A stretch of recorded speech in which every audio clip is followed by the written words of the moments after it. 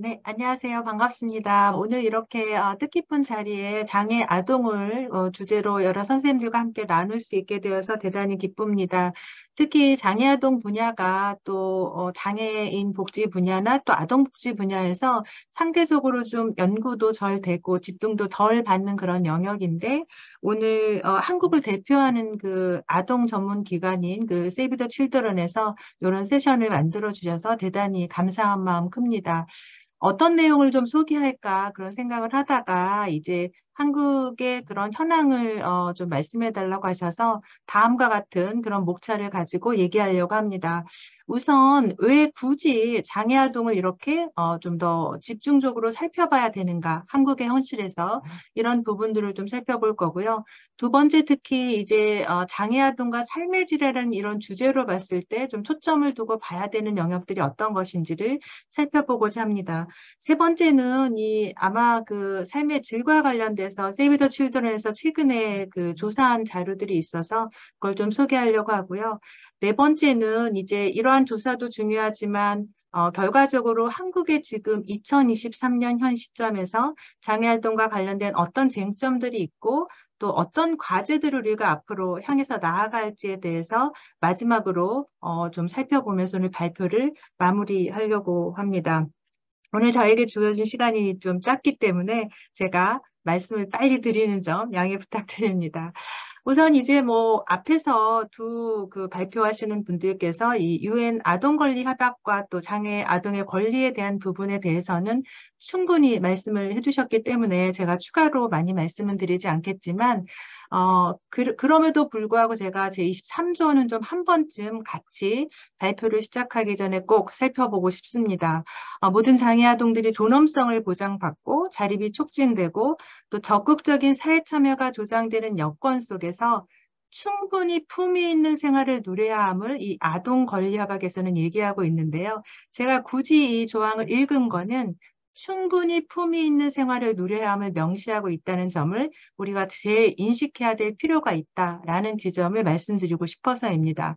그렇다면 이제 2023년 현재 과연 아동은 충분히 품위 있는 생활을 누리고 있는가? 특히 장애 아동은 한국에서 충분히 품위 있는 생활을 누리고 있는가? 이런 좀 자성적인 그런 반성적 고찰이 필요한 시점이 아닌가 생각이 됩니다. 어, 흔쾌히 예스라고 답을 못 찾는 그런 불편한 현실에 대해서 장애 전공 학자로서 매우 좀 마음이 착잡함을 금할 수가 없습니다. 특히 장애 아동은 이제 이러한 그 두 가지 이중적 지위를 한국에서 가지고 있는데요.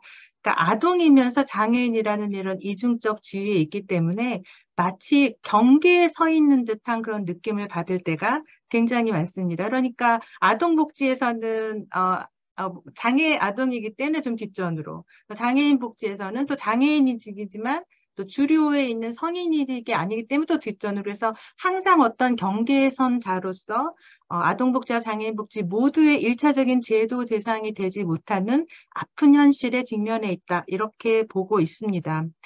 그렇다면 이제 한국의 장애 아동의 인구 규모는 좀 어느 정도인가를 살펴보도록 하겠습니다. 이게 가장 2023년 4월 21일 기준으로 한 가장 최근의 자료를 살펴보면 지금 보시는 것처럼 장애인은 뭐 남성과 여성, 또 장애 유형별, 장애 정도별 이런 여러 가지 그런 기준들에 의해서 제도별 정책이 매우 중요하지만 연령별로도 지금 보시는 것처럼 굉장히 다양하게 구분이 가능한 것 같습니다. 지금 이제 0에서 9세까지는 약 1.3% 정도, 10에서 19세까지는 약 2.3% 정도로 나타나고 있어서 사실 과거에 비교해 봤을 때 장애 아동의 인구는 한국의 현실에서는 꾸준히 감소하고 있는 추세입니다. 이거는 이제 뭐 인구의 그런 여러 가지 그 인구사회학적인 한국 사회의 특수성과 그런 여러 가지 상황들을 반영한 걸로 보여집니다. 그렇지만 이제 현실적으로는 요 장애아동의 인구 감소 추세가 장애 정책의 주요 관심으로부터 소외되는 그런 또 결과적인 어떤 양상이나 경향성도 보여주고 있어서 이런 지점들도 저희가 좀 많이 고찰해 봐야 되는 그런 부분이라고 생각이 됩니다. 오늘 저는 굉장히 장애유동이라는 또 혹은 권리라는 혹은 삶의 질이라는 큰 주제를 놓고 다음과 같은 두 가지 논의의 초점을 가지고 발표를 하려고 하는데요. 우선 전제는 그동안 장애아동은 권리라는 측면에서도 충분히 조명받지 못했고 특히 또 삶의 질이나 행복이나 품위 있는 어떤 삶에 대한 충분한 조명이 못해서 지금 현재 장애아동과 그 가족이 직면한 현실이 매우 취약하고 고단하다. 이런 것들을 전제로 하면서 오늘 저의 초점을 두 가지로 하려고 합니다. 첫 번째 초점은 권리 보호를 넘어서 삶의 질 보장으로 앞으로는 장애아동에 대한 좀 적극적인 지원 체계를 현실적으로 모색할 필요가 있다. 이런 지점에서 제가 마지막으로 과제를 말씀드리려고 하고요. 두 번째는 사실 너무도 당연하지만 당연하기 때문에 지켜지지 않는 거에 대한 모순이 발생하고 있는 장애아동도 행복할 권리를 가진 우리 사회의 시민이다. 따라서 좀 더 적극적인 지원 체계를 우리는 우선순위를 두고 마련해야 된다. 이런 관점을 가지고 오늘 논의를 시작해 보고자 합니다. 두 번째, 그렇다면 장애아동과 삶의 질에 있어서 좀 성인과는 다른 지점이 어떤 게 있을까를 좀 살펴보고자 아동 삶의 질의 개념에 대해서 좀 살펴보았습니다. 시간이 부족하지만 제가 좀 특히 강조하고 싶은 거는 성인과 다르게 아동은 특히 현재 건강하고 행복하게 살아가는 동시에 미래를 위한 역량을 개발하는 그런 어떤 미래지향적인 측면의 그런 차원을 포함하고 있다는 것을 조금 더 강조하고 싶습니다. 또 개인적이면서도 사회적이고 또 개인의 상태나 관계적인 측면을 포함하는 매우 포괄적인 개념으로 이 아동의 삶의 질을 좀 개념 규정을 해야 된다. 이런 부분들도 말씀드리고 싶습니다.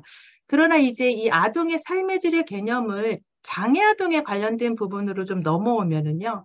아까 제가 초반에 말씀드린 대로 굉장히 좀 연구도 부족하고 제도도 섬세하지 못하고 좀 투박한 그런 현실에 직면하게 됩니다.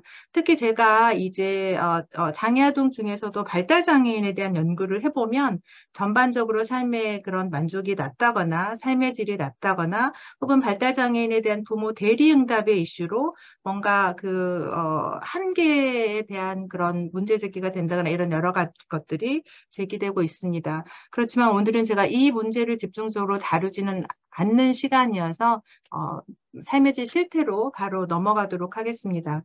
제가 오늘 짧은 시간에 이 삶의 질 연구에 대한 실태를 보여드리고자 했던 점은 두 가지 이유 때문인데요. 하나는 이제 세이브 더 칠드런에서 가장 최근에 조사한 자료라는 점과 두 번째는 장애아동과 비장애아동을 비교하는 그런 연구라는 점에서 이 연구를 좀 오늘 짧게 보여드리는 게 의미가 있겠다 그런 생각을 했습니다. 그래서 이제 초등학교 3학년, 초등학교 5학년 중1에 해당하는 장애아동과 그의 양육자를 대상으로 조사가 되어 있고 연구 결과를 보면 장애아동과 비아동의 삶의 질을 비교하는 형태로 되어 있습니다. 오늘은 그중에서 매우 일부 내용만을 제가 소개하고자 합니다. 우선 다 예상하시는 것처럼 장애아동의 그런 주관적 행복감을 보면 비장애 아동이 전반적 행복감이 8.25라고 제시된 데 비해서 장애 아동 같은 경우는 7.24로 나타나고 있어서 전반적으로 장애 아동은 비장애 아동에 비해서 행복하다고 느끼지 못하고 있는 것으로 나타나고 있습니다. 삶의 만족도 역시 비장애 아동이 4.21로 나타난 거에 비해서 장애 아동은 3.53으로 나타나고 있어서 역시 한국의 장애 아동들이 삶의 만족도 측면에서도 상당히 열악한 그런 상황에 처해 있다. 이렇게 볼 수 있을 것 같습니다. 건강이나 관계 영역에서도 지금 보시는 것처럼 장애아동과 비장애아동은 통계적으로 유의미한 차이가 있을 만큼 훨씬 더 열악한 상황에 처해 있다라고 볼 수가 있습니다. 특히 건강에서 만성질환 유병률이 비장애 아동에 비해서 훨씬 높고 또 주관적 건강 상태에 대해서도 매우 낮게 나타나고 있는 점은 아동의 미래 성장성을 고려할 때 매우 저희가 좀 관심 있게 보아야 되는 영역이 아닌가 하는 생각을 해보게 됩니다. 또 물질적 상황이나 위험과 안전 영역에 있어서도 장애아동은 비장애 아동에 비해서 훨씬 더 높은 위험과 안전하지 않은 상황에 놓여 있다는 것을 지금 보시는 수치를 통해서 확인할 수가 있습니다. 교육이나 주거 영역에 있어서도 굉장히 어려움에 처하고 있는 걸 알 수 있는데요. 예컨대 등교 시간을 지금 교육 영역에서 봐도 비장애 아동이 평균 11분 정도가 걸리는 거에 비해서 장애 아동은 약 27분, 거의 2배가 넘는 수치를 보여주고 있습니다. 그래서 사실 괜히 굉장히 그런 일상적인 영역에서 모든 삶의 영역에서 장애 아동들은 비장애 아동에 비해서 매우 취약한 상태에 놓여 있다. 이런 지점들이 조사 결과가 얘기해주고 있다라고 보여집니다. 그 외의 장애 아동의 지역사회 평가에 대해서는 시간 관계상 제가 오늘 발표를 넘어가도록 하겠습니다. 제가 이렇게 좀 짧게 삶의 질 실태 조사를 말씀드렸지만 그렇다면 이런 삶의 질 조사들을 통해서 좀 어떤 쟁점들을 크게 우리가 고려해야 될까와 관련돼서 다음과 같이 5가지 쟁점을 제기하고 삽니다. 사실 이 외에도 굉장히 많은 쟁점들이 있겠지만 크게 큰 관점에서 포괄적이고 통합적 관점에서는 다음과 같이 5가지를 좀 쟁점으로 제안하고 싶은데요. 첫 번째는 행복의 관점으로 장애아동의 그런 제도나 실천을 바라보고 있는가. 그러니까 보호에서 권리로 넘어온 것을 우리는 만족하고 있지는 않은가에 대한 자성적 성찰입니다. 정말 그들의 삶이 그들이 정말 행복하다고 느끼는 데까지 우리가 정말 제도나 실천을 만들어야 되지 않는가 하는 첫 번째 쟁점을 얘기하고 싶고요. 두 번째는 장애아동의 성장과 미래를 지향하면서 뭔가 제도와 실천을 얘기하고 있는가. 단순히 권리를 넘어 성장과 미래를 위한 환경 조성을 얘기하고 있는가. 이런 부분들에 대해서 적극적인 그런 모색이 필요하다고 생각하고요. 세 번째는 이 액티브 서포트 시스템을 구현하고 있는가. 정말 의미 있는 그런 사회 참여가 가능한가? 의미 있는 그런 일상생활이 가능한가? 의미 있는 그런 학교 생활이 가능한가? 이런 모든 것들을 위한 적극적 지원 체계를 국가가, 한국 사회가 고민하고 있는가? 이런 부분에 대해서 살펴볼 필요가 있는 것 같습니다. 네 번째 쟁점은 사실 장애 아동이 정말 미래지향적으로 안전하고 건강한 시민으로 성장하기 위해서는 우리 사회의 모든 사회의 관심이 매우 중요한데요. 우리 사회의 인식이 장애인에 대해서 포용적인가에 대해서도 근본적으로 질문해 볼 필요가 있다고 생각합니다. 이제 마지막 쟁점으로 제가 좀 고민해 봐야 될 부분은 아까 제가 처음 발표를 시작할 때 장애 아동이 아동과 장애인의 그 위치에 서 있는 경계에 서 있는 듯한 그런 느낌을 받는다 그런 말씀을 드렸는데요. 그래서 마지막 쟁점으로 중요하게 제기하고 싶은 거는 장애인이기 이전에 한 명의 아동으로서 충분히 권리는 보장되고 있는가 이 지점에 대해서 좀 많은 성찰이 있었으면 싶습니다. 이렇게 5가지를 제가 적어 놓고 이 외에도 너무 많은 질문과 또 문제 제기가 있었고 그렇지만 정말 답변이 궁색한 어떤 제도를 한국 사회에서 만들고 있는지에 대한 답변이 궁색한 지점들을 많이 생각을 하면서 앞으로 장애아동과 관련된 복지 지원 체계가 또 훨씬 더 변화가 많이 있어야 되겠다는 생각을 하게 되었습니다.